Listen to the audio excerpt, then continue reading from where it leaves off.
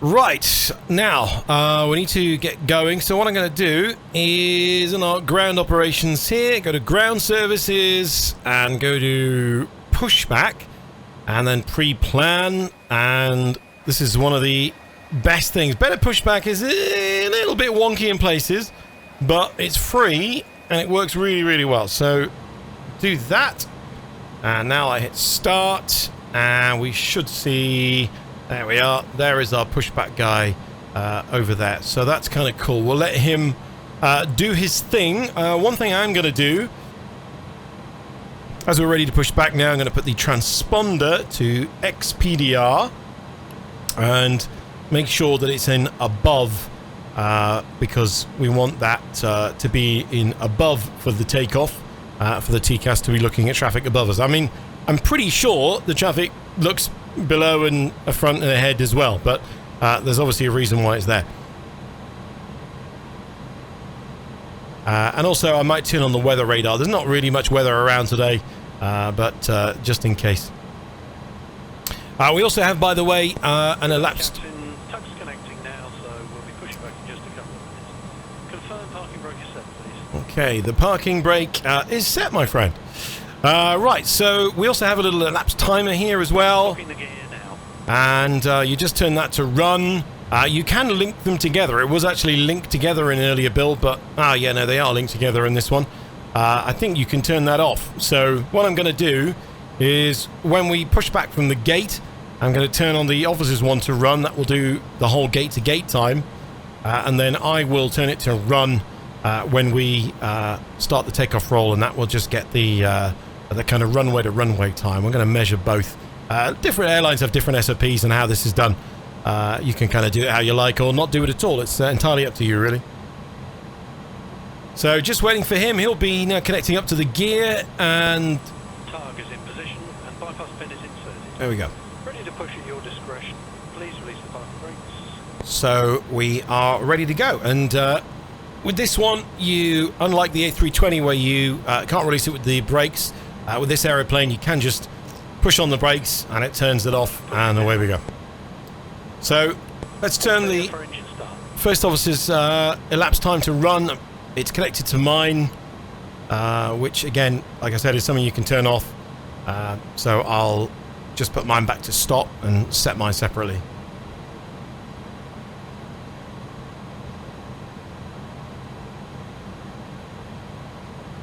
So we make sure obviously the APU is running, which it should be at this point in the flight, otherwise we're going to have some problems. The APU bleed is on, and what I can do now is just flick this round. Now, this is the engine start switch, which on an A320, if you remember, is down here underneath the engine fuel controls.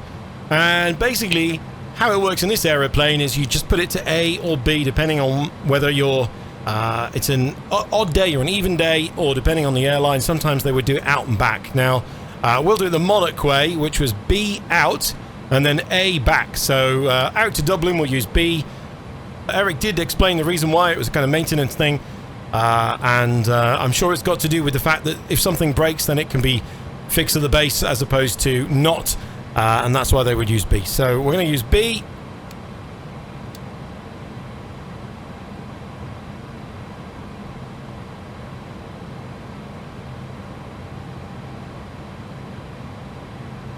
I'm going to press start. We get the engine page and everything starts moving, and you will see lots of magic start happening here. You'll see the N2 start to rise. The fuel used, because at the moment it's not using any fuel, remember, because we haven't put any in. You will see this go from blank to a number, and then everything else will start to rise. EGT is now starting to rise, but the engines come up really slowly in these. This particular one, the Pratt & Whitney's, the engine starts really, really slowly. So 19.9 and click. There we go. So look at that. We've now got fuel used has gone to a number, and you'll see all these figures will start to rise in a second as well. There you go. It's all modelled, accurately modelled, even a little low engine oil pressure. That's again quite realistic. And EPA as well will start to rise. Okay, parking brake set.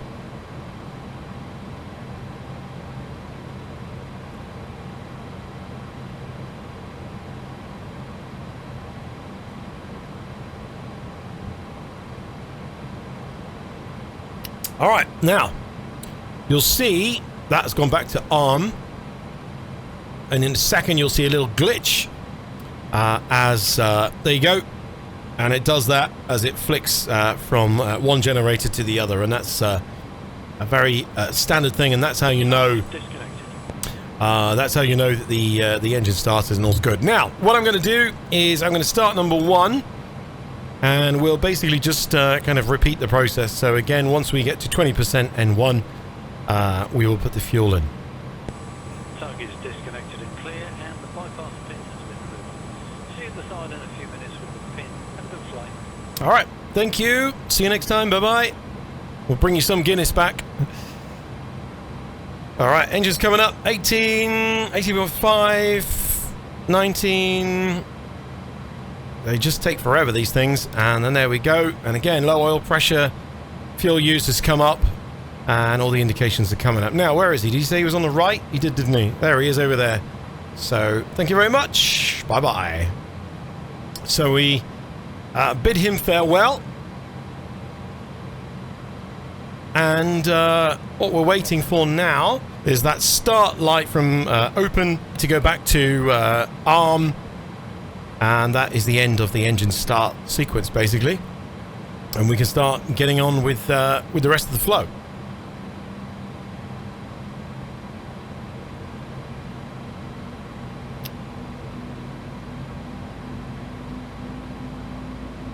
All right. We hear those lovely engine noises.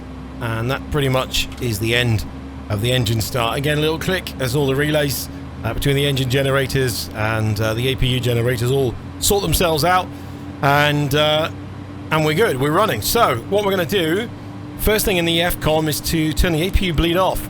And the reason for that is that all that exhaust gas, there's going to be smell of jet fuel. Yours, that lovely smell, I'd love it. You get at airports, that's all going to be going into the APU inlet, and we don't want that. So what we do is we turn off the APU bleed real quick before we do anything else, and then turn this round to ignition off. And then the APU, we shut that down, and that is pretty much it. There's really not much else to do. This is a beautiful thing, the nice kind of Airbus thing about it. We don't have to play around with bleeds and packs and all that kind of stuff. It basically now will just look after itself. And you see that vertical speed needle that was just dancing up and down. Again, the A300 does a few slightly weird things, and again now that's settled itself down. Apparently, according to Eric, you will see the needles and dials and gauges doing often some quite weird things, and that's entirely normal. Right, now what we do is a quick flow just to get ourselves set up to take off, and it's pretty much just like the A320. So you arm the speed brake, you have to reset the rudder trim to make sure that's in the middle there. You have to set the trim, the pitch trim, which is the big one. That's the big wheel here, and we want to set that. We can see here we've got it written down 0.6. So, whoops, wrong way, Ben. I always trim the wrong way. I'll try not to do that in the air. Is that about 0. Yeah, that's maybe a fraction too much, but that works for me. And then we can set the flaps. We will very quickly, because I could, again, fall in a massive hole with this, and we'll be here just sitting burning fuel for the next 10 minutes while I talk about it. The flaps in this are actually very simple. Imagine there's flaps and there's slats, and they're on different sides. So they simplified this basically for the A320, and the easiest way to understand this is to think of it a bit like an A320. So think of it, in an A320 you have config 1, 2, 3 and 4, and this pretty much, although the actual settings of the flaps are slightly different, but the theory's kind of the same. So this is kind of config 1, this is config 2, this is config 3, this is config 4. Now, the one big difference, of course, this aeroplane, and in fact this takeoff, will be without any flaps. I know, crazy. So what I'll do, I'm going to put us onto the wing view so you can see the flap. And now you can see that inboard aileron that was kind of drooping down earlier on and kind of flopping all floppy without any hydraulic pressure. That now has kind of come up a little bit. So what I'm going to do, put the flaps back to 0. When we look at the slats, you see the slats are going in. They're the slats on the front of the wing. But also the inboard aileron is also retracting as well. And I'm now going to extend them back to the first position. And you'll notice that the flaps, those big things on the outboard in the middle of the wing, they don't move. We're going to take off without any flaps. Now I'll go to the second position and the flaps are running. So now we have obviously the slats and the first stage of flap, and then they'll stop. If I press them again, we still have the slats, and we're now going to have the next position of the flaps as well. And then again, if you keep going, rattling through all the various different flap settings, then you eventually get to full flap and slats as well, and they're kind of dragging on the ground. They almost look a bit like you could bang them if you weren't too gentle, and they do kind of dangle down a lot. One other thing as well, real quick, I'm just going to do a little control check while I'm here.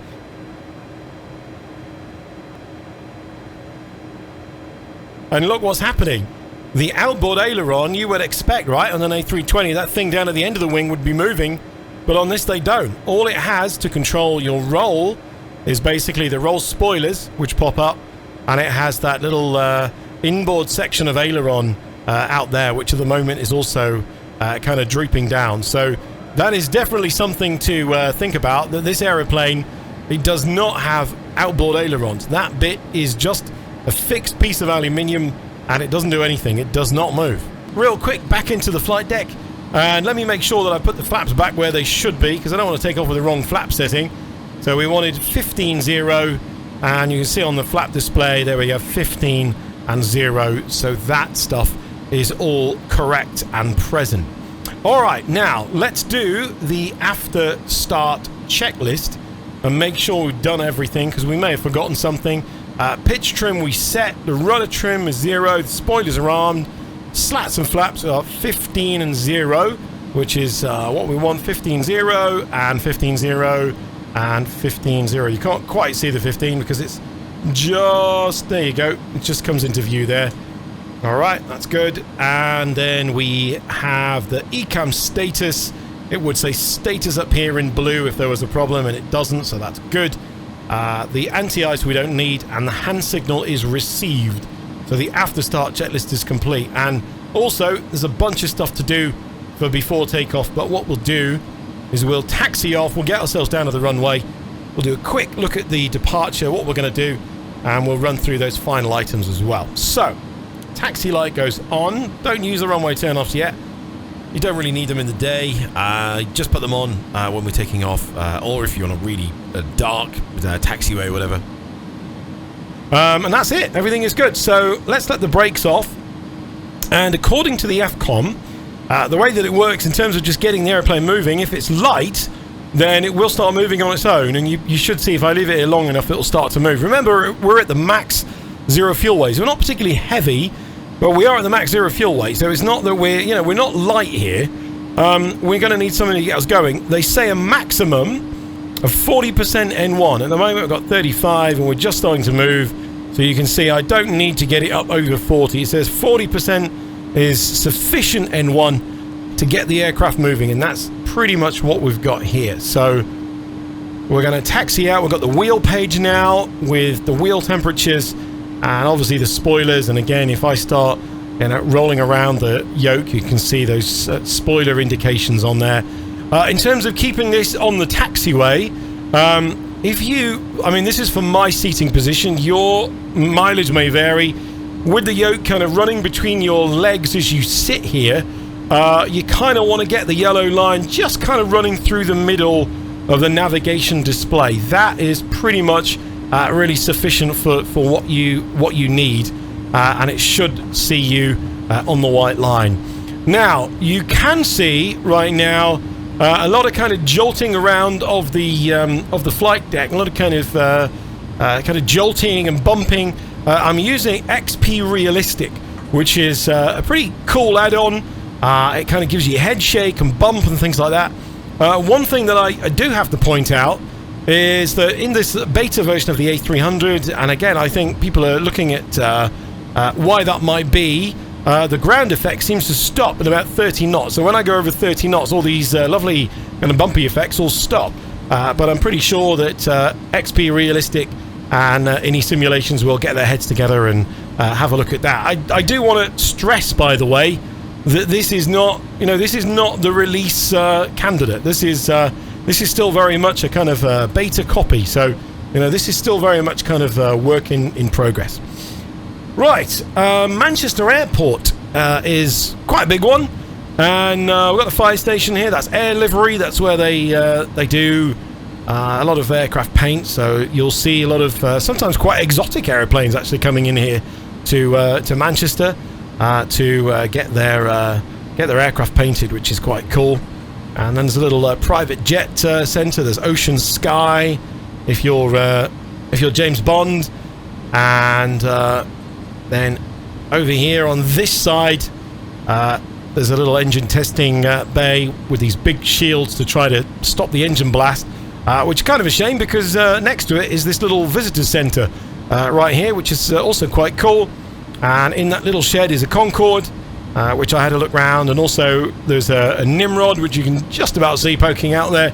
And there's also, as we get a little bit further around, there's a Trident, and there's also in there as well a little DC-10, a little Monarch DC-10 flight deck, which is also quite cool.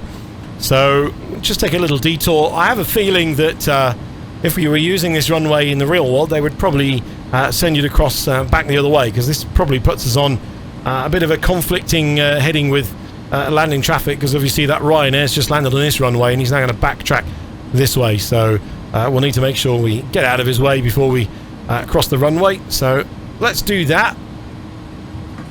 So we've been cleared to cross, and I'm going to throw on the strobe lights. Now, one really annoying thing about X-Plane is, and it's kind of good and it's annoying at the same time, but it's the fact that, when you get the mouse near the top, you get the little, the little kind of menu that gives you the options and the time of day and all that.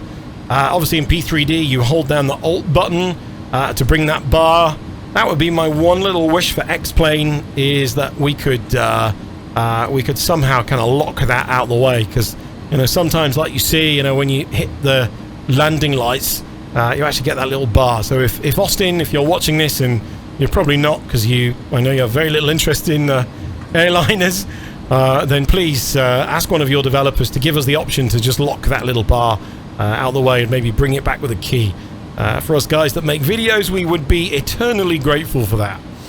Right, now, here's a quick bit about the runway this side of Manchester. I'm from this part of the world, so I know it pretty well. And in real life, there's a big mound over here, and it's actually called The Mound. And you can actually go and stand on top of it, and you're incredibly close to this runway here.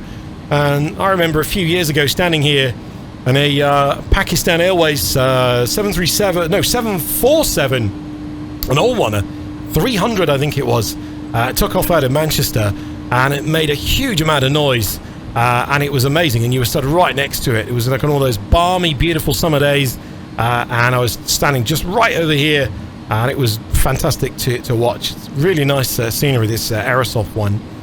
So that's what's here in real life. We're going to line up here on 2-3. Now, you might be forgiven for thinking that I've been a little bit of a naughty boy because we're not taking the full length. We're not kind of coming down here and doing the full length of this. We are actually doing the full length, because the runway, the takeoff runway, as defined in the performance calculator, actually starts there. So even though we're joining at a little intersection here, we are actually still using effectively the full length of the runway. So not being quite as naughty as I look. What I'll do is, while we're just waiting here, I'm just going to turn the taxi light off for a second while we get everything ready for the departure, because we've got a few bits to do now. Before takeoff, let's do the flight controls real quick. So we need to bring up the flight control page for that, because it won't come up automatically like in an A320. So full right, full left, full forward, full back, and then rudder, full right, and full left. And remember, of course, in a real aeroplane, one of the pilots would keep hold of this tiller so that it doesn't scrub the nose wheel. Now, You can assign it with a little tiller if you want in the sim, but I'm using my feet. Did the flight controls, flight instruments again.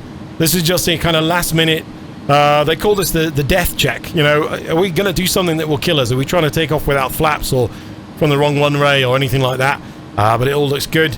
The briefing's confirmed. Let's just talk about that real quick. Again, I don't want to fall in a massive hole with the departure, but basically you can see the only things I really care about here is that we have a stop at 5,000. We are going to Eklad, and I can't make a turn below 760 feet, and I need to make the first turn because we're on the one Yankee. The first turn is going to be at 3.2 on the Manchester. So we've got the Manchester tune. You can see that here in the progress page, and I want to not make that turn until I'm 3.2, and you can see the DME is over here on the VOR. So it's all good in the hood there, so that's all good. That's all programmed. We're going to fly it in profile and nav. I'll take off, we'll go straight ahead, and then I'll pull it over to the right at 760 feet. We're going to track that outbound nav course, and I'll throw the autopilot in and not subject you to my terrible hand flying. We have the V1 is all set, 58, 61, 62. You can't see it up there in the window, so you need to look at it up here or down in the FMS or FMCG or whatever we want to call it in this thing. We have the slats and the flaps, 15 and 0. The takeoff config we need to run. We just hold that down, and you can see that it is normal, which is all good. And the transponder, we can put that now to TARA. We have the auto brake, which needs to go to max. I guess we could have done that at the gate to save us some time, but we'll leave it until now. And then the ignition is required. If there was rain or it was foggy, standing water, whatever, you would turn this around to continuous, but we don't need it on that for today. The weather is nice. So that is pretty much it. All that remains to do now is to set the lights. So we want to get those on. So let me click them in the right direction would be good. I think I'm going to Boeing. They're going the other way. We'll get the runway turn-off lights on. Oh, no. We crossed the live runway earlier on, and I put the strobes on. Then I forgot to turn them off again, so we've been sitting here with the strobes on, which is super embarrassing. What else have we done? That, I think, is pretty much everything. I'm sure that there will be something that we've forgotten, but I think at this point we are good, and we can now taxi on. So, parking brake off. Little bit of power, and let's line up on runway 23 left at Manchester and get on our way to Dublin.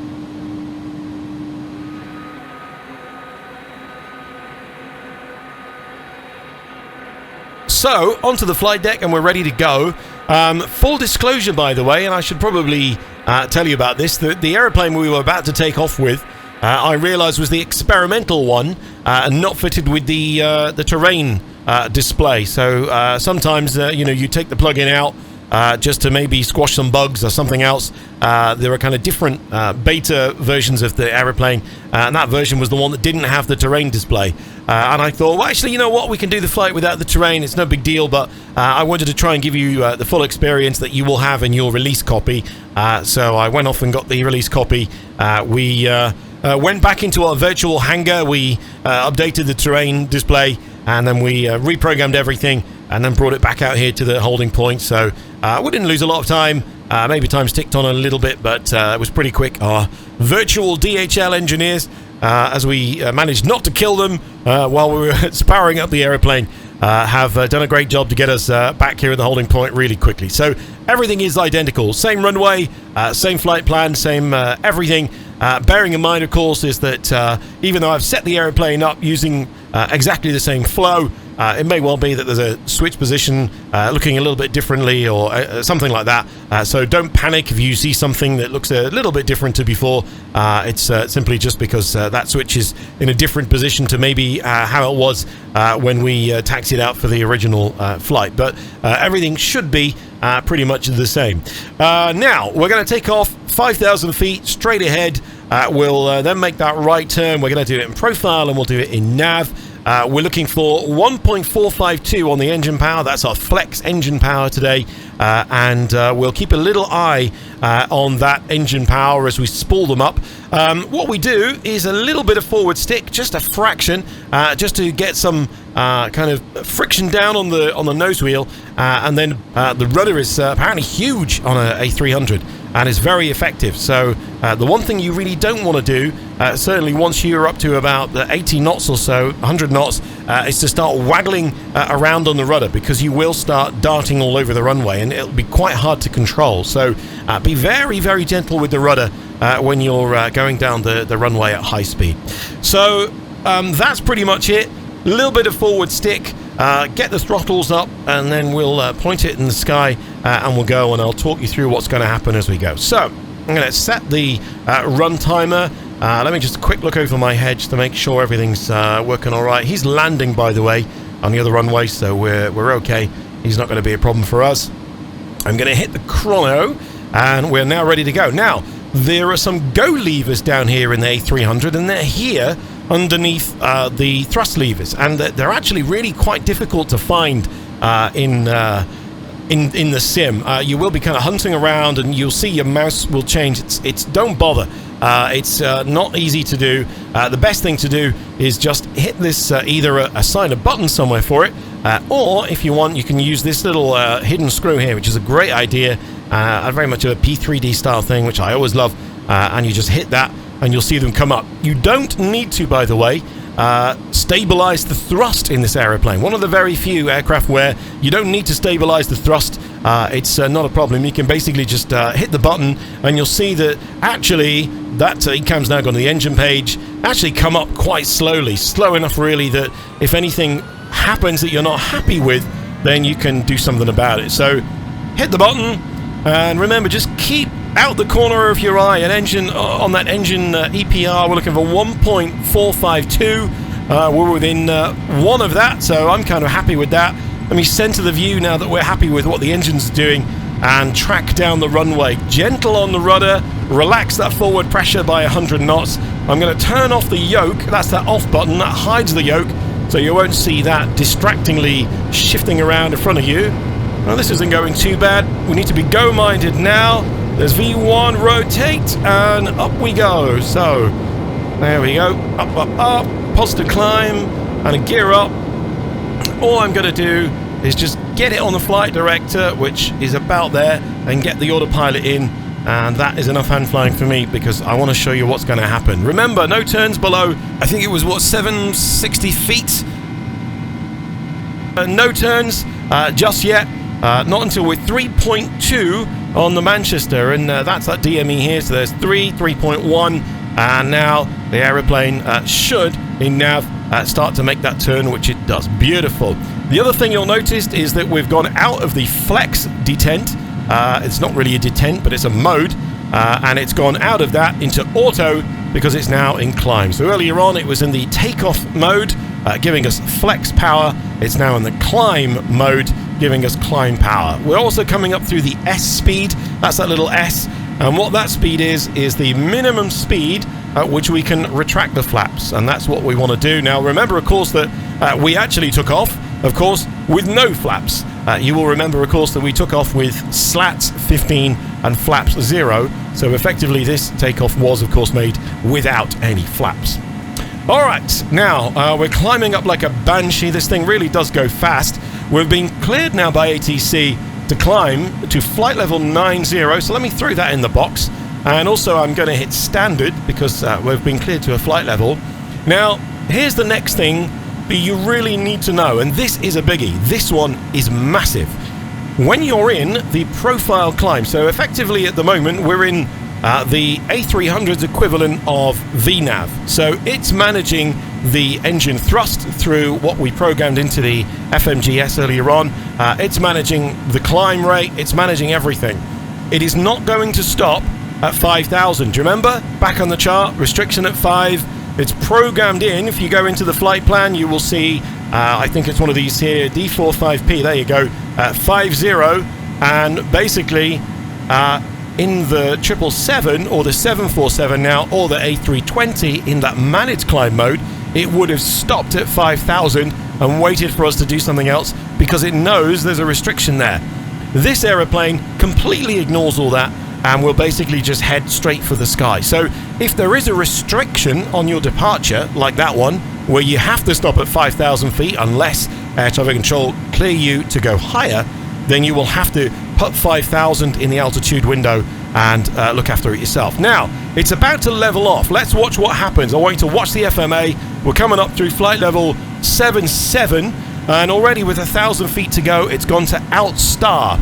And Outstar is kind of A300 parlance for saying, right, I know you want to level off at 90, so I'm going to start lowering the nose, and you can watch the vertical speeds coming down now through 2,000 feet a minute, which is still quite a lot with 500 feet to go, but it should, with a bit of luck, just about level off. And apparently this aeroplane in real life is well known for level bus. It's well known as an aeroplane that will very happily bust the level if you allow it to. And indeed, this is what may well happen now. So let's just see how well it gets on with this level off. Oh, that's not bad, is it? Look at that. I thought it was going to bust it, and it didn't at the end. It went, yeah, I've got you. Now, we've been cleared by... All right. So, ATC have asked us now to turn left to a heading of 210. So that's quite a weird left turn. It takes us actually quite a long way off track. So what I'm going to do is, you notice the heading selector is still on the runway heading 230. Let me be a good boy, and let's just hit 255 to level that up. And now what I'm going to do is I'm going to turn that to 210. And of course, it ain't going to do anything unless I press heading select. And now the aircraft is going to make that left turn. Let's do another small climb. Now, let's say that we want to climb not a vast amount. Let's say that we want to climb at this point only maybe 2,000 feet. We've been cleared to flight level 11.0. Now, what we could do is we could do this in profile. We could do it in level change. The aeroplane will probably want to kind of leap into the sky. Now, what we can do here is I can just press on the level change button and wind that up, and we can just do a nice slow climb, maybe like 1,000 feet a minute, something like that. Let's not scare the horses. And that will take us up at 1,000 feet a minute, up to 11.0. So I'm just giving you a little demo of all the different modes here. There's profile, which is like that manage mode. Then obviously there's vertical speed, which is pretty easy. Bearing in mind one little gotcha, another little A300 gotcha, and Eric did mention this to me actually, and I kind of regret not putting it in the video. Going to make a right turn here because we're going quite a long way off course. We're heading towards Wales at the moment, not Ireland. One thing that Eric did say is that people always, sometimes in times of high workload when your brain's not working very well, is that you will stab this VL button thinking that it's vertical speed, because in a lot of airplanes it is. It isn't. That is the Vorlock button. Now, if we're doing a VOR approach or a localizer only approach, we'd press that, and I guess I'll come back to a video. We'll do one of those at some point. But don't press that and expect the vertical speed to do something. If I press that now, it just will show me VOR. You see it says VOR there? If we were tracking a VOR, it would now track it. But right now, nothing's going to happen there. Right, now, we are basically flying along, not doing an awful lot right now. We're kind of getting away from where we want to be. So air traffic control have very kindly told us to resume our own navigation towards Penhill. So what I'm going to do is jump down here, and we'll hit direct, and we'll go to Penhill, and we'll insert that. And now Penhill is our next waypoint. I've got to, of course, put it back in nav. Remember, if I leave it in heading select, nothing is going to happen. And we've also been told to climb to our cruise altitude of flight level 180. So let me press profile, and now the aeroplane is basically going back into its fully managed mode. So what we're seeing now is profile thrust, because it's now giving us the thrust profile calculated by the FMGC. Profile climb, because it's also looking after the climb, and it's also nav, because it's looking after the nav track, and it's taking us off on that point. Penhill is over here. Quick bit of geography if you're interested. Well, just flying over the Wirral now. That's that little peninsula that I remember I told you about earlier on. Or is the Wirral... No, actually, no, yes. The Wirral is in front of us here. So what we're actually flying over now is D-side. So this is North Wales, heading over there. I promised you that we would get a view of Snowdonia. That's the Snowdonia Mountains here. There is a name for this mountain range, and I should know because I remember heading into those dark little hills with the old lady before now in my younger days, but anyway. And then off over here onto the right-hand side is Liverpool. So the city centre of Liverpool is down there on that side as well. Now, what we didn't do, because we're a little bit naughty, is we didn't run the after takeoff checklist, and we still have the landing lights out.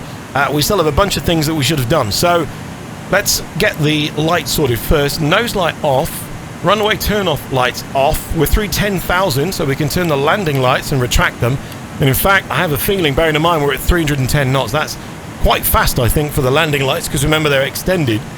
So I have a feeling we might be in a little bit of trouble for that when we arrive in Dublin, but I won't tell if you won't. The other thing we need to do, of course, is turn the gear off. Remember, of course, 3 settings on the gear. There's up, there's down, and there's neutral. So just click it. Don't drag the gear down. It will put the gear back down, which you really don't want to do, and we'll be in trouble for that, as well as the landing lights. So just one little click on the gear lever. So it's not even a lever, is it, really? It's just like a little... It's textures of tyres, if you remember from the setup video. And that will put them in neutral. Now, I think that is about it. Now, we don't have a lot of time, if you look. What I'm going to do is I'm just going to dim down on the navigation display. You see you've got the terrain, you've got the blue sea and the green terrain. Let me just dim that so that we get a better view of the actual nav display. That's the big one. And you can see that we're actually about to level off. So we're now coming up to that blue level off arrow. We have the white arrow a little bit further down the track, and that actually is our descent point. That's where we need to start coming down. So we've not got very far to go until we actually get to that point. Now, we've got P speed, profile speed, so that means it's managing the speed, it's managing the altitude, and it's managing the nav. So the aeroplane is now in its fully managed mode, and we can basically just leave it now, and it will kind of look after itself. One thing that we also did when I reset up the second flight, and if I go back to the init page, what I did was we had a pretty high cost index originally of 51. That was the cost index from the flight plan. That's a very high cost index, which basically would mean the whole flight would be flown pretty much kind of balls to the wall, which is, you know, not that helpful for me because, as you know, I'm not such a smart cookie, and harder for everyone to keep up. So just to try to slow everything down in this incredibly fast and overpowered aeroplane, I just put the cost index of 1 in. You can actually put 0. I think it goes down to 0, but I just put 1 in just because it's nice to have a number in there. I think if you leave it blank, it defaults to 0, but don't quote me on that. I'll try and find out from Eric the truth. Now, after takeoff, so we've got the slats and the flaps. I really hope they're up, or we're in a heap of trouble. We have the slats up and the flaps are up. The landing gear is up and neutral. We did that. The packs are on. We didn't touch those. And the altimeters, we got on that pretty quickly at the transition level. And now we're at 180. Now, we have a little message here on the nav display. No displayed nav aid. Don't worry about that. What that means is that the aeroplane is kind of between nav aids. So, obviously, we're heading out of the UK now across the Irish Sea.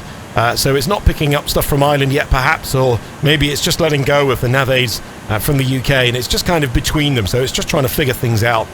Have a quick look on the airport page. Just disappearing off the corner of the nav display here is all the UK airports behind us, and we could have seen, although I have a feeling we might have gone past it now, is the Isle of Man. Let's see if we can see it. Oh no, it's okay. We're still not as far out as I thought we were. So that's Liverpool behind us, just disappearing into the engine pylon, or just behind it. So just that corner edge of the Wirral Peninsula, Liverpool across the sea, and then you can actually then see up the coast up towards Southport and Blackpool. And I guess we've got a few moments just to talk about my X-Plane setup for those of you who are interested. I'm using a little plugin called X Visibility. That kind of pulls down the visibility.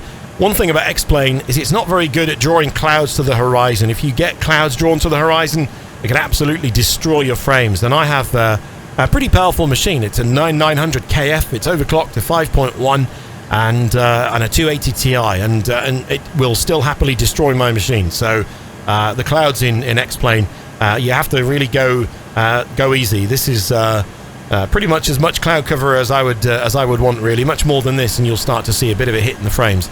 That said, this aircraft is incredibly good on FPS. It really does do the job really well. So now let's start talking about the approach, because we're going to be on our way back down.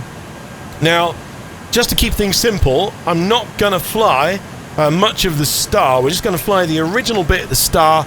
So let's not get too hung up on all the stuff in the star. Really, all I'm interested in is just what's going to happen when we get down to the runway. And you can see, let me just pull up the chart real quick for the ILS-28. So what we're going to do is just fly the first bit of the star, and then we're going to just turn ourselves left and just give ourselves a direct vector to intercept the localizer. And to be honest with you, in these kind of COVID times with not an awful lot flying around still, just a lot of freighters, this is not actually unrealistic. That really from a point quite far out, they'll just vector you off to the center line, and that's it. So what we have is the ILS. Well, we're going to come down to a point. Now you can see there are two here, and there is a little gotcha, and I want you to really be aware of this gotcha. And I actually had a chat with one of our real pilots about this, because I actually kept messing this one up. So you can see that we have this point here called Latmo, and Latmo is 11 miles on the ILS, so it's 11 miles out from touchdown. And then we have another point called Maxev, which is what you call the platform altitude. Now the platform altitude is essentially where you, if you were flying level, so let's say we flew across the entire Irish Sea at 2,500 feet, which would be incredibly stupid, but let's say we did, at that point at Maxev, which is 7 miles away from the touchdown, then that's the point at which you would go down the ILS slope. So imagine, kind of walking down, if you imagine the ILS glide slope as a kind of a set of stairs, that's the point at which you start to walk down the stairs. Now, in a real life situation, in a big aeroplane like this particularly, we won't be intercepting the ILS from there. We'll actually do it from further back. Because what is quite tempting in the flight sim world is to think, all right, well, I know I've got to be at Latmo at 3,000 or above, and then at Maxev I've got to be down at 2,500. Now, you don't actually have to do that, because it's very difficult to come in at 3 and then in a couple of miles lose 500 feet. There's lots of, going in on vertical speed, dialing it down, dialing down the altitude window to 2,500, and then you've got to set it into 500, not 1,000, and then set it back to the go-around altitude. All that creates a huge amount of workload that's actually quite difficult to do on your own. So how they do it in the real world, and how we're going to do it today, is we're just going to come down to Latmo at 3,000, and we'll intercept the ILS from there. So we will actually intercept the ILS a little bit earlier than Maxev. It's going to be maybe about 8 miles out or so, and then we'll come down. Now, the FCOM, and we've been following the FCOM for the whole of these journeys, the FCOM says that before you head down, 3 miles before that point, we want to be in the kind of first stage of slats and flaps. So that would be what we took off with, if you remember. So slats 15 and flap 0. So kind of config 1, the first stage of the 4 flaps, if you like. That has to be 3 miles before you head down the slope on the ILS. And we kind of know from figuring out that we'll intercept it somewhere between Latmo and Maxev. That's going to be probably about 12 miles back, something like that. So about 12 miles to go. We want to be back with the slats extended and back at a sensible speed, not kind of 250 knots. Then by 2,000 feet, we want to take the gear. At the latest 2,000 feet, take the gear, and then basically once you take the gear, everything else comes after that in quick succession. So you go to flap 2, or the second, I'm going to call it config 2 just to keep it simple, the second stage of all the flaps, then the third, then the fourth, and it all happens really quickly. Arm the speed brake, do all the lights, do the landing checklist, arm the auto brake and all that, and then magically by 1,000 feet all that will be done and you will be ready to land the aeroplane. Now in the sim it's really quite hard to do it like that. I can probably do it in an aeroplane I know really well, like maybe the 737 or the A320, but I've never landed this aeroplane, so we're not going to do that. I'm going to do everything a bit more conservatively. So what I'm going to do is I'm going to try to make sure that we've got some gear and some flaps and we're in a kind of sensible position by about 10 miles out. So by about 10 miles out I kind of want to be in a comfortable position to land, pretty much.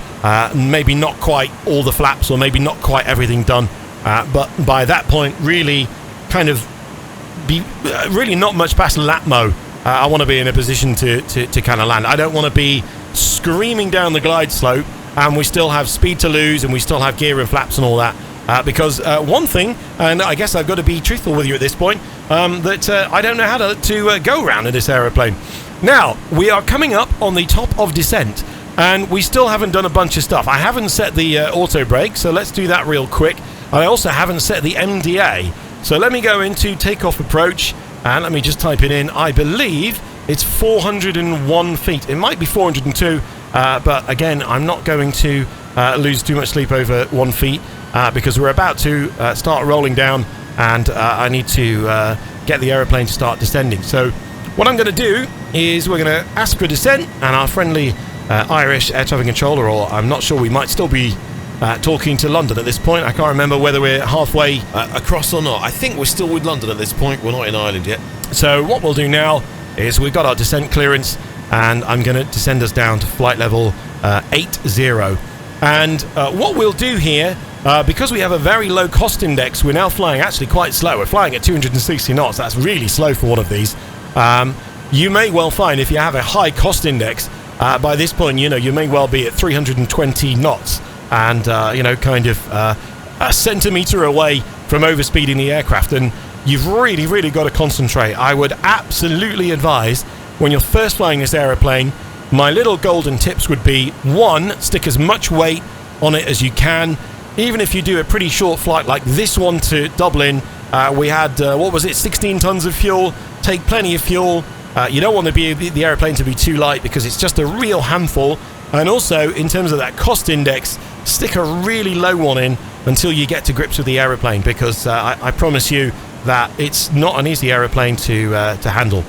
So we're coming down, and we've been cleared to flight level 80, and effectively right now we're in profile. And as I said to you, all we'll do is we'll just fly the first bit of this star. Let me show the constraints again so we can see what's going on.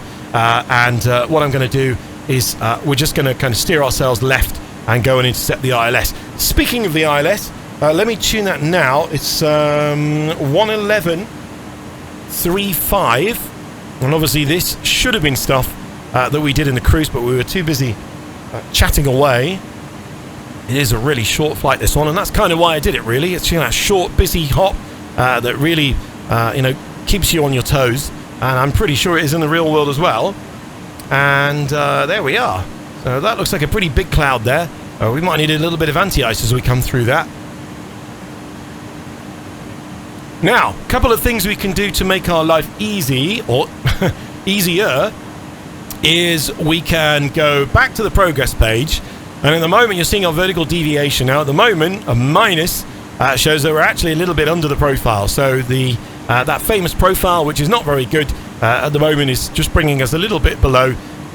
What we can do here, just to help again with our situational awareness, because remember we can't draw range rings and stuff like that in this thing, is we're going to type in the runway and the airport. So EIDW28, and we're going to stick it in there, and that will give us our bearing and distance. And at the moment we've got 56 miles to go. And remember, the rule of thumb is 3 times your altitude plus a little bit to slow down. So for example, from 10,000 feet, 10 times 3, that's 30 miles, and you give yourself, I don't know, let's say very conservatively, the best part of 10 miles to get yourself sorted out. You want to be about kind of 40 miles out. Now at the moment we're 54, we're at 15,000 heading down to 8. I'm pretty confident. You can actually see we've got that little blue level off arrow down there. That shows us where we're going to be at 8,000 feet. Now again, big disclaimer guys, I've never landed this aeroplane. This is the first time I've landed it. So you are going to see with me how I land this aeroplane for the first time. Let me stick the TCAS onto below. That would be good. What I'll do is, it looks like once we get below these clouds, it's going to be clear.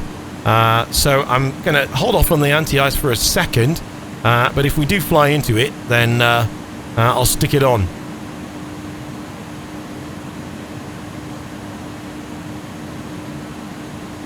One little thing, by the way, just to be aware of, is that if you select ILS down here, then at some point in the approach, your vertical deviation here will vanish. And I think normally what they would do is they would have the VOR on one side and they would have ILS on both sides or VOR on both sides. Again, the exact kind of SOPs, how it actually worked in the real aeroplane, I don't quite know at this point. One thing we could do is tune up the Dublin VOR, and that's 14.9. So what I'll do is I'm just going to throw that in on the first officer's side, and again that'll just give us a little bit of it, because we're not getting any DME yet from the ILS. So if I tune the Dublin VOR, 114.9, there you go, so 46 miles. Now the VOR is not on the airport, so the DME, the kind of distance to go, is not going to be exactly right for the runway, but it will give us a bit of a ballpark. So we're looking quite good. We're at 12,000 feet. We've got 45 miles to go. So again, 12, 24, 36, plus 10 to slow down. That's about right. So at the moment, we're looking in pretty good shape.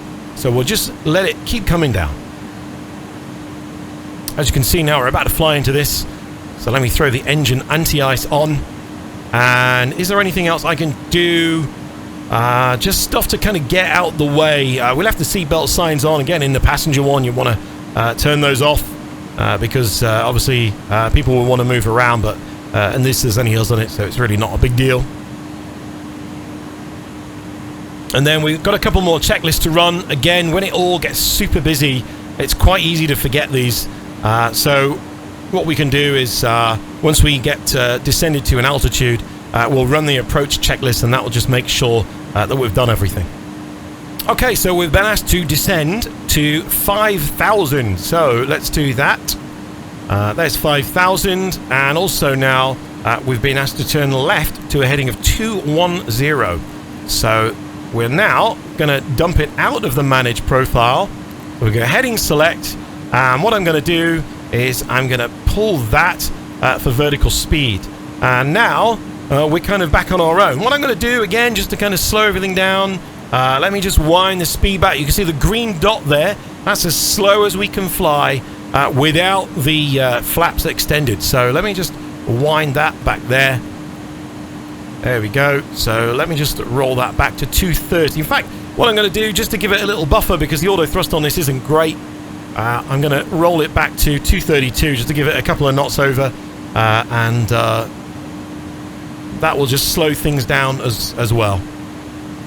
Obviously at the moment we're still coming down at 1,500 feet a minute, so the speed itself isn't really washing off. If I dial off the vertical speed a little bit, then you should see that start to come down. Through 10,000 now. So what I'm going to do is I'm going to turn on the landing lights, and I'm going to turn on all of the lights that you would do. Normally you would do is when the gear's down, you would chuck out all the nose taxi and all that stuff.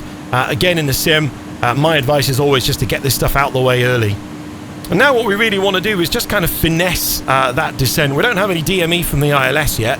Let me just check, of course, that I've put the right frequency in. My favourite thing is to put the wrong frequency in and then wonder why I don't have anything. So 111.35 and 279, so that does look correct.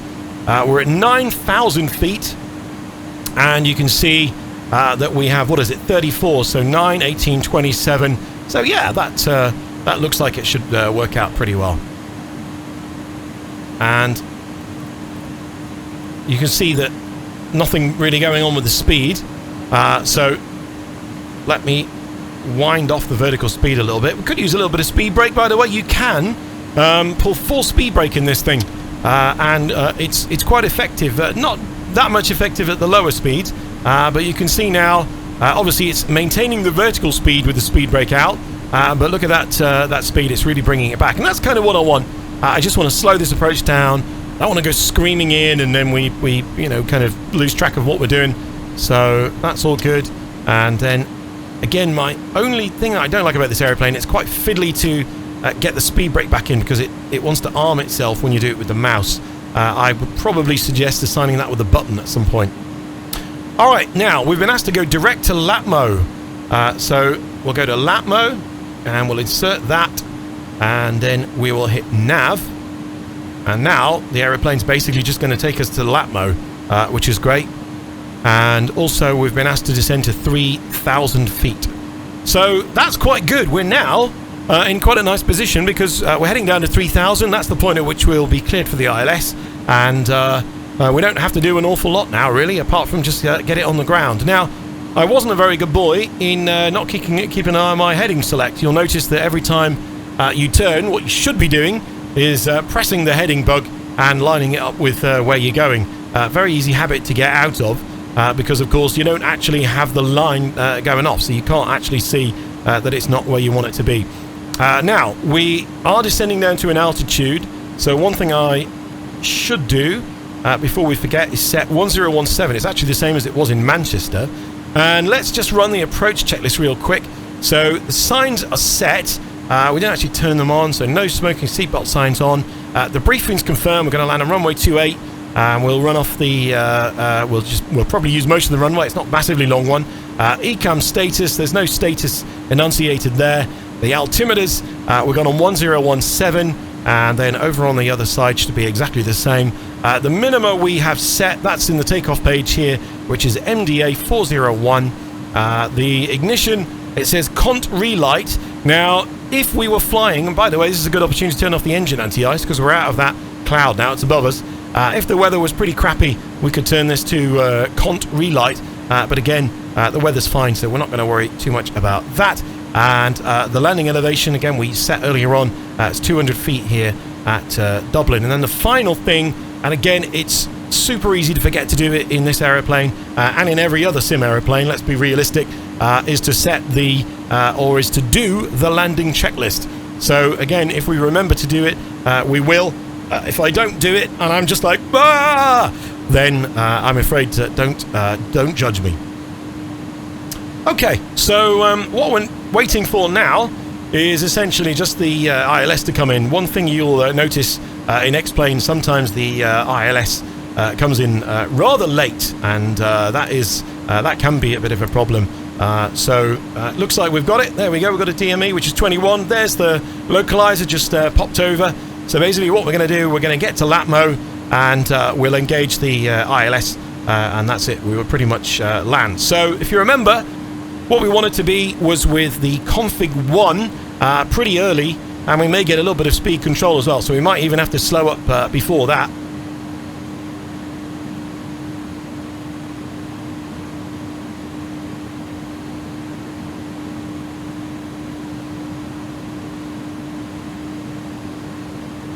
So 5, 10, 15 miles, we're a fraction high in the profile, actually now a little bit. If we go to our progress page and we have a look, so there we go, see 2,000, so we're a little bit high in the profile now. So I'm kind of thinking, what could we do about this? Really, we could just pull a little bit of speed brake, and what that will do is just wash off that little bit of extra speed.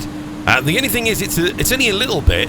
And if the aeroplane starts adding power now, it will start moaning, and that speed brake's extended thing will start flashing. And what that means is, look, I'm now adding power because you've got the speed brakes out. So, put them in because they're not really doing an awful lot. So really, at this point, then you would just stick them back in. But it's kind of done the job because it just washed off that little bit of extra speed, and it meant that we could keep coming down at 1,300. Basically, that's about the limit of how fast we can come down and the aeroplane not speed up. Is about 1,300 feet a minute. So although we've kind of upset that little bit of the descent with the speed brakes, it kind of did its job. At least that's my excuse, and I'm sticking to it. Alright, so what I'm going to do now is start winding the speed back. So we'll go back to the S speed. So we're now through obviously the minimum clean speed, and basically once we get to that S point, then we need to go actually to select the next stage of flat. And to get ourselves on the ILS, all we do is we press the land button, and at the moment we've got Cat 2. If I engage the other autopilot, it goes to Cat 3, and that's exactly what we want to see. Alright, so there we are, we've leveled off. We're a little bit fast. In an ideal world, I wouldn't really want to be doing 230 knots now, but because I've kind of dived down a little bit to get us almost a little bit below the profile now, then the aeroplane's now slowing down. So what we're going to do is, just as we come around the corner to LATMO, so there's the localizer, there's LATMO, there's the S speed, which is what we selected, 211, and look at that, the aeroplane's turning on the localizer. It's throwing on a little bit of power now because we've leveled out. This can get you in a bit of a mess, and it's actually slowing down. The airplane's actually slowed down below the S speed, and you can see it's now just trying to catch up Apparently the A300 could do that, and now it's actually climbing a little bit. And again, you can get yourself in a little bit of a mess with this because the aeroplane is actually speeding up at the precise moment that you want it to slow down. So let's get the aeroplane slowed down. So what I'm going to do now is I'm going to wind the speed back to 160. So we've got the gear down, we've got the second stage of flaps, we press the land button, speed's coming back to 160, and our landing speed, our VAP, is 148. Missed approach altitude is 3,000, that's set. So we've got glide slope and we've got lock, and now the aeroplane's going to start coming down. Look at the speed. That's the little blue mark, that's the selected speed. And what we'll do now is I'm going to bring the speed back, and don't panic that it's going down into the red. I'm going to start extending some more flaps. So there's the third stage of flap, and there's the fourth stage of flap, and I'm going to set VAP, which is 148. Let's arm the speed brake. All the lights are on, and I think we are pretty much there. And remember, whatever landing we get is what we're going to take. I don't know how to go around in this thing. So, landing checklist, landing gears down, auto brake is on. In fact, I'm going to turn it up to medium because I don't trust myself. The anti-skid is checked. It's on. We may well need that. The slats and flaps are set full, and the spoilers are armed. That is the landing checklist complete. And look at that, we've got 5 miles to go. We're now flying along really slowly and upsetting everybody behind us. So I'm happy to do that. I don't care about them at all. Let's just have a quick word on disconnecting the autopilot and the auto throttle. You can fly this with auto thrust, but it's not recommended. So what I would do is, this is the little red button here. You don't want to be looking down at this trying to press it while you're landing. If you go into the config of the A300, you will find the auto thrust captain side and assign it. And also, let me bring back the yoke a sec. And there's also a button which says autopilot disconnect captain. Just assign yourself a button to do that, and then you can do it. So one thing that you do need to do, by the way, is to match up the thrust on your thrust lever with the thrust. You see that my thrust lever was actually set a little bit lower. So what I'm going to do is just match the speed, match the angle of my joystick to that the aeroplane is commanding right now. And also what I'm going to do is disconnect the autopilot as well now. And it's doing such a beautiful job. You know, I'm almost kind of reluctant really to take it out and show you my shoddy landing, but I suppose I can't really escape this forever. So 500 feet, I am going to bring it out.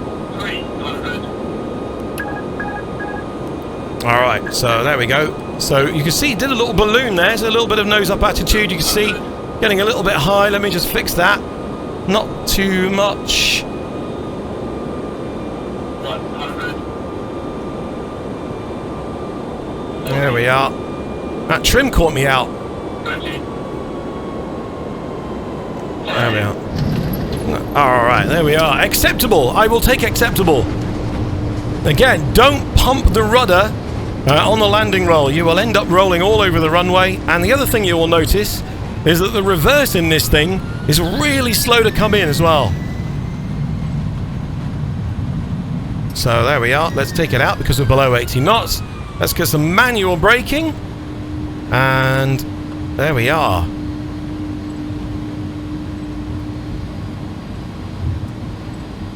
Wow. Now, that was quite interesting because I think what we saw there, I managed to get it stable again.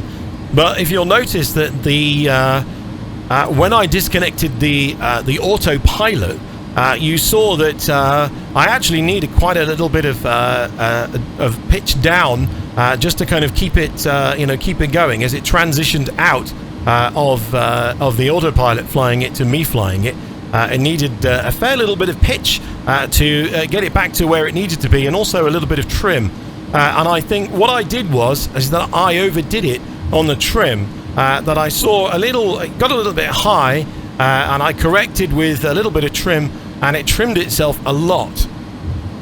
Now, let's just do some cleanup actions real quick. What we're going to do here is just bring up the flaps. The spoilers are already in. Let me sort the lights out. So they go to taxi. We're going to retract the landing lights. And strobes go to auto. And I will start the APU. The other thing that we can do is turn this back to XPDR. And also turn off all the flight directors. And also that can go back to nav, I guess, for now. I'll turn constraint off on that too. And the brakes are hot, so let me turn the brake fan on. And also we still have the status for the auto thrust as well, so let me clear that.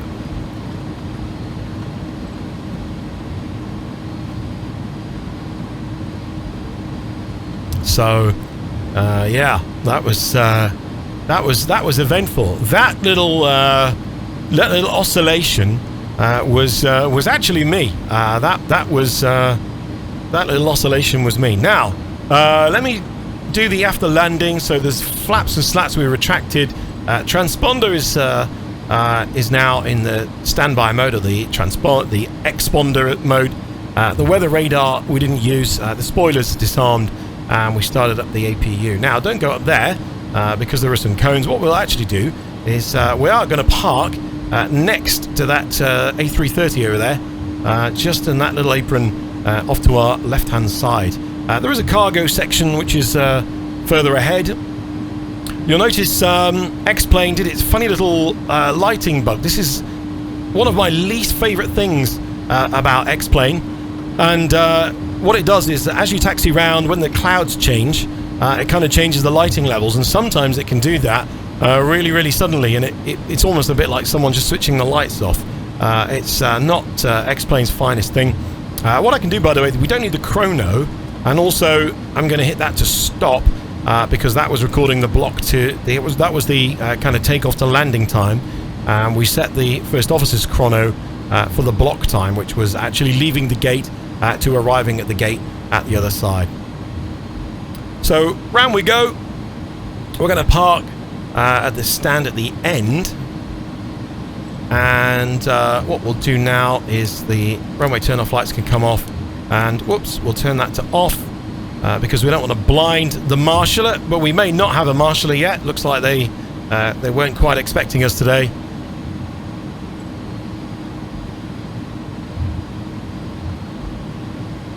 So let's take this one right here. Now, I'm not going to take one of the marshaller because it has the pushback truck next to it, and he may well marshal us into the truck. So what I'm going to do is we'll just eyeball it. It's fine. There's not a problem. There's no aeroplanes around us or anything like that. There's no jet bridge to connect to.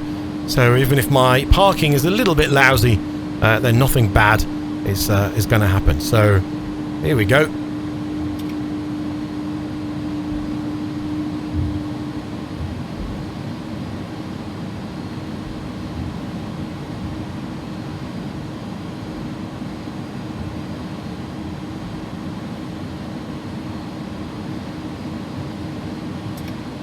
Keep it going, keep it going, keep it going, keep it going.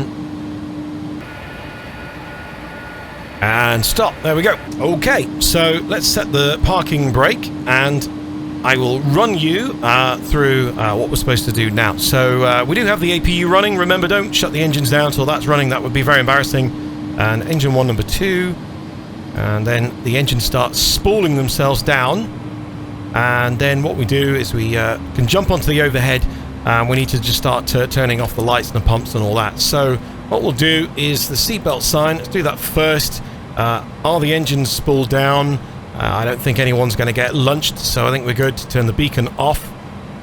What we can do now is we can turn off the probe heats. That's the light, by the way, not the button. Don't hit the wrong bit like I just did there. So turn those off. Let's get the APU bleed on so we can stay cool. I don't want to get too hot. And also what we'll do is we'll turn off the pumps. Now, still have some fuel in the inner, so we'll do the SOP. We'll be good boys. You'll notice that the pitch trims and the yaw damper all switch themselves off on the shutdown, and we're going to leave that inner number 2 tank running, but the rest of them we're going to switch off. Now, again, just a quick look round. What I can do, we're not flying anywhere else today, whoopsie, so we want to turn them off in the same order in which we turn them on. So that to off, although I've probably just knacked it up by putting it to at, that one and the middle one. By the way, if you remember when we set off, I said, you know, why did they design it the way they did? The number 1 feeds the captain's side, the number 2 feeds the first officer's side, and the standby is the number 3, and that is the one in the middle there. So in case you're wondering what's going on, that is the story there. We've turned off the seatbelt sign, the beacon is off, that's all good, that's all good, that's all good. What else? We've turned off all the fuel pumps apart from the ones that we need. We could put the reading lamp on now because it's kind of a little bit dark. It's a little bit dimmer here in Dublin than it was back in Manchester, if you can believe that. And then again, is there anything that we haven't done over here? The FCU, you'll see, has kind of blanked itself. We've got an ECAM for the GPS primary, so again, we can just clear that. And if you see that you've got the little magenta status there, because it has something that it wants to tell us, and that is that we have shut lots of the systems off. Weather radar that we didn't use, that's no problem, and the transponder now can go to standby, and it's good airmanship to roll off the TCAS to 2000 if you want to leave that there.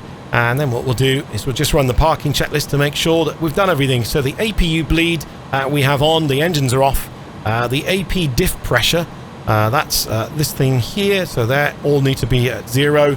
That is at 0. The lights and signs, a bit embarrassing to sit here on the parking position with all the lights on, they're all off, so we're kind of happy with that. The fuel pumps we've turned off, the window and pro P are off, and the parking brake and chocks. So what we'll do now is we will transition down to the ground services. So let's get the air stairs, let's get the ground power, let's get the chocks. The chocks, by the way, automatically come when you get the air stairs. Also, let's get the loader as well. So what you'll see is the big door will open up and you'll get the caution, and you'll see that now if you go outside. So what you're seeing now, of course, is that little scissor lift which has just moved into place there, and that little baggage loader is moving forward, and those containers will start being put on the airplane. Not sure why they're not taking off the ones we brought first, but that's not my job to worry about that. That's the ground crew's job. I got us on the ground kind of safely. Give me a second. I'm going to run to the virtual simulated galley, get myself a cup of virtual DHL crew coffee, gather my thoughts, and then we'll come back in a moment for a quick debrief about this flight, and also my final thoughts on the iniSimulations A300. So stay here. So welcome back into the flight deck then, and just a couple of things have happened since I vanished. We connected up the external power, turned off the fuel pump because obviously you don't need that when the APU is not running, and the APU switched off. Still shows the avail light because it takes a few moments just to wind down, can turn off the constraint. The landing elevation can go back to 0. We'll leave the brake fans on for now. They've closed the main door as well by the looks of it. They've worked pretty quickly. Very efficient ground service here in Dublin. Let's just talk for a moment about this aeroplane and my thoughts on it. Obviously feels like a long time ago back in Manchester when we first saw it. I'm very impressed about the whole aeroplane. I mean, the systems are clearly modeled really well. The texturing, as I think you can see, is really, really good. The sounds are great. It's a big airplane. It's an Airbus, so it has lots of little toys to play with. And we've only really kind of scratched the surface. There's lots of things in this airplane. It can fly non-precision approaches using the profile mode. You can put winds in the FMGS that we didn't do today because again it would have just taken up a bit more time. So there's a lot of things yet to learn about this airplane that they've modeled that I couldn't even begin to cover in a video like this. It's not easy to fly. I won't lie. It's it kind of it's quite confusing in terms of the modes, because it's a bit different to an existing Airbus and a bit different to a Boeing. So it's almost, there is a saying which is a little knowledge is a dangerous thing. And if you kind of come along and think, wow, it'll be like an A320, and then it will bite you on the bum, like for example with the altitude constraints, stuff like that. Big aeroplane, my advice would be just take it really slowly, configure early, understand what you're doing, think about what you're doing before you do it. And you can see there that, we really slowed down approach, we configured really early, and we just kind of sat there going really slow all the way down. And then, right at the end, when they gave control to the human, I kind of know what happened actually, is that we left the autopilot in too late, and it just didn't really give me a chance to actually get in harmony with the aeroplane. If you don't have the autopilot out, by about 500 feet, it doesn't give you much opportunity. You literally only have hold of the aeroplane, for the matter of about 10 seconds or so. And the thing is that you need to, there's no auto trim in this, right? So obviously the autopilot will trim it, and then you're going to take it out of autopilot, and you've got manual control. And what happened is that I got control. We started to go a little bit off the path. I tried to kind of trim that out and overdid it. So then we ended up kind of diving, and then I trimmed it again. So we ended up climbing, and we just got a little bit unstable. Well, a little bit, quite a lot in fact. And we did kind of manage to kind of wrestle those oscillations out and smooth it out. And actually we got a fairly reasonable landing. So it wasn't an absolute disaster. But I think it does go to show that actually you should get the autopilot out quicker, because if you leave it in pretty late, it just doesn't give you a chance to get in tune with what the airplane is doing. But my thoughts on the plane, I like it. My question was right at the beginning, is this the airplane that changes the game for X-Plane? Is this, the kind of level of quality that we've been used to in P3D with people like PMDG and Flight Sim Labs? And my answer to that is a resounding yes. Bearing in mind, these guys, they've never made an aeroplane before. This is their first attempt, and this is version 1 of the first one. So the only way from here is up, and it's incredibly impressive.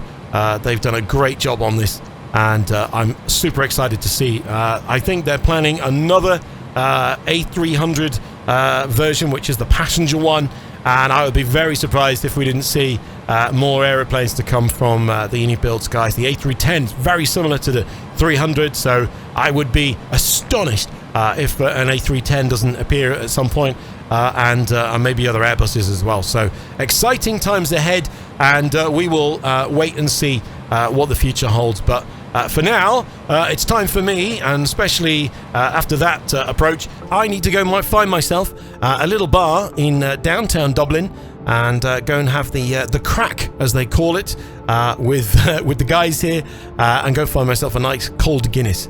So from Dublin, it's goodbye from me, and thank you so much for joining me on this first look. And we will be back, by the way. I know that lots of you have said, wow, Airline2Sim, you kind of disappeared for a little bit.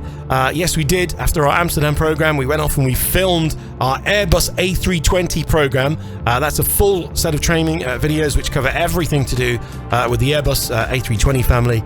And that, don't worry, it's still coming. We're still working on it.